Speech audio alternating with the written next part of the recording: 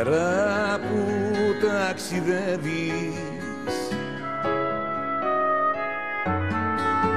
στη γαλάζια χώρα σου, πάρε με μαζί να βρω τα όνειρα που γεννούν τα πόνερα, μια ευχή να βγαίνει αληθινή, να βρω τα όνειρα που γεννούν τα πόνερα, μια ευχή να βγαίνει αληθινή, σαν σε κοιτάζουν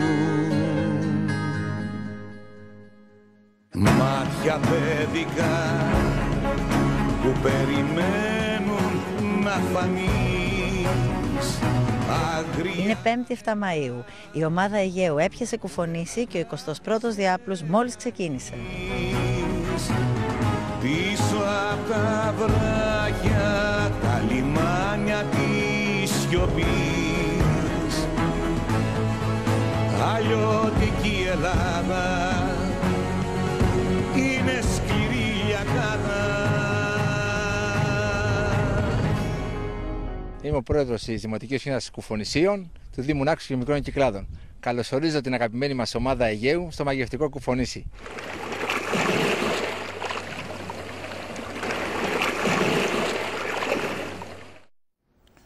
Καταλαβαίνετε τι γίνεται, αγαπητέ Σκουλά.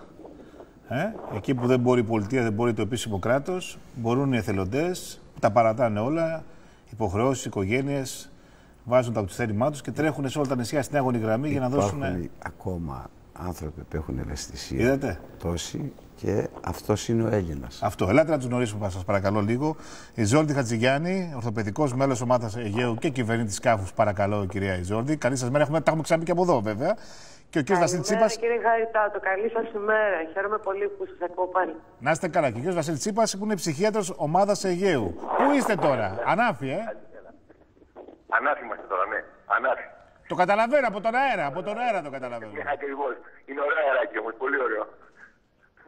Είχατε ένα περιστατικό πριν από λίγες ώρες που χρειάστηκε να επέμβετε για να υπάρξει και αεροδιακομιδή ενός ηλικιωμένου, ενός ανθρώπου ο οποίος είχε ένα ατύχημα με πολλαπλά κατάγματα, ωστόσο, και αναλάβατε εσείς αυτό το περιστατικό. Ακριβώς, ακριβώς. Πολύ συντονισμένα οι γιατροί της ομάδας Αιγαίου και οι υπόλοιποι. Πήγαμε εξαιρετικά και νομίζω ότι η παρουσία μας εκεί συνέβαλε στο να πάνε τα πράγματα πάρα πολύ καλά. Κυρία Χατζηγιάννη, αγαπητή Ιζόλνη, βλέπω ότι επιμένετε. Είδατε διαφορά από τα προηγούμενα ταξίδια σας στα πρώτα νησιά που έχετε ήδη αντιμετωπίσει περιστατικά? Βεβαίως. Σε σχέση με πέρσι πάντα μιλάω. Βεβαίως, πάντοτε είχαμε πάρα πολύ μεγάλη προσέλευση. Φέτος όμως η προσέλευση έχει ξεπεράσει κάθε προσδοκία.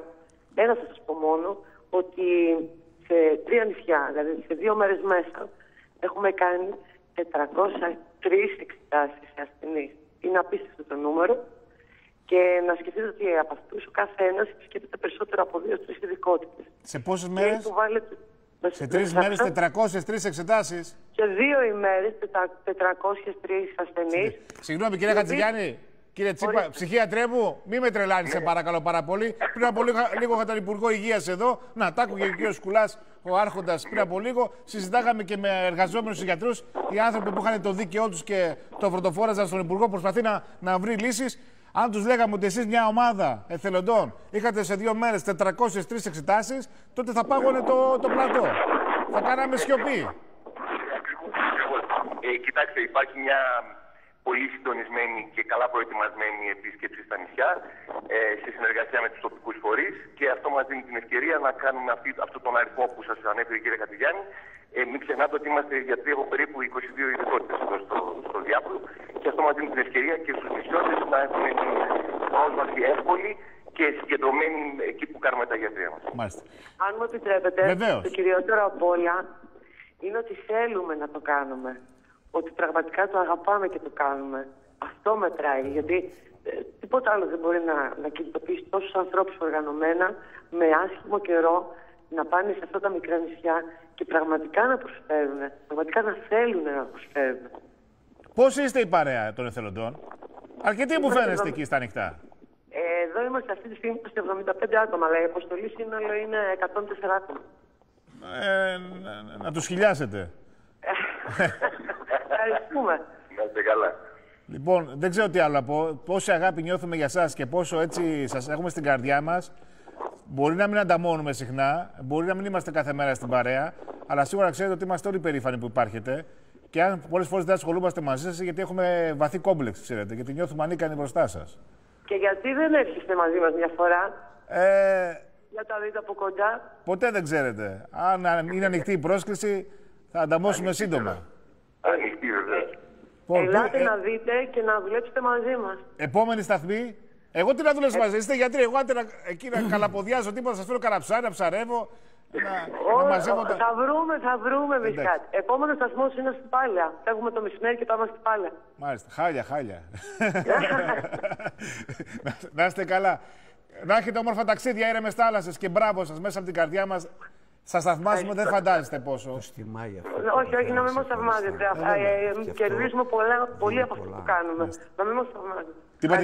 Τι είπατε κύριε Σκουλά, να σας ακούσουν και... Τους τιμάει τον καθένα ξεχωριστά και αυτό δίνει το ερέθισμα και τη δυνατότητα σε πάρα πολύ κόσμο να αισιοδοξούν και να έχουν ελπίδα μέσω από αυτή την αγάπη. Αυτό που κάνουν αυτοί οι άνθρωποι. Ποιο τραγούδι σας θα τους αφιερώνατε? Και το προηγούμενο που τραγουδάτε μαζί με το Γιάικ θα μπορούσατε να το αφιερώσετε. Ναι, το Μεσοπέλα Γαρμενίζω. Αλλά πάνε πάρα πολλά και το Ήλιος Θεός. Το Ήλιος Θεός. Όχι, μην μου λέτε Ήλιος Θεός, θα αρχίσω να δακρύζω τώρα, έτσι. Λοιπόν, να είστε καλά. Καλές θάλασσες. Να είστε καλά. Περήφανη Ελλάδα, να είστε καλά. Να είστε καλά.